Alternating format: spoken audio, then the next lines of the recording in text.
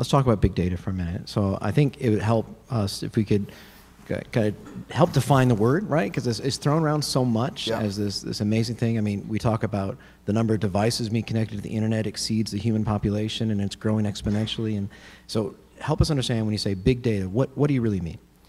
I think the big data term is another thing that entrepreneurs say. My take on it, there are tons of definitions out there, and it's a great question. I think really pragmatically, what I would define as big data is when it's too big to fit the entire data set in your memory on your computer. And the only reason I would define it that way is that sets a threshold at least. But the important thing is that when you have data sets that are really large, you tend to have lots of errors. So if you have a billion data points and you have 1% problems, then you have a ton of problems. And that's the biggest problem with big data, and that's why it's a topic of hot discussion. It's extremely powerful. I mean, any data is really powerful. You can help you really learn something new.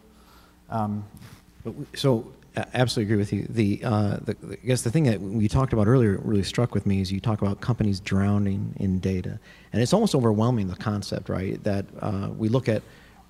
There's a real limitation. It's not just computers, but also, I mean, traditional databases, things that we take for granted. I mean, I always assumed you get a SQL database, you put a website on top of it, and then you're set, right? I mean, the world's not that way anymore. No.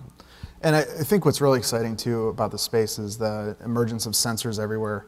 I mean, we have a phone in our pocket, and that's certainly collecting a lot of data, but the limitation there is that it's a human that you're talking about. But when you're talking about having sensors on airplane wings or sensors on roads, you can actually start to do things that are really, really neat and have value on a daily basis. So I think both the mobile thing and the sensors everywhere thing are really what are driving data to expand at an ever-increasing rate. And that's, I heard that the government's just passing a bill now that's going to update all of our aviation to a modern internet, $60 billion bill. So, I mean, we're going to see more data going through the airplane wings and through transportation to cars. It's just going to become crazy.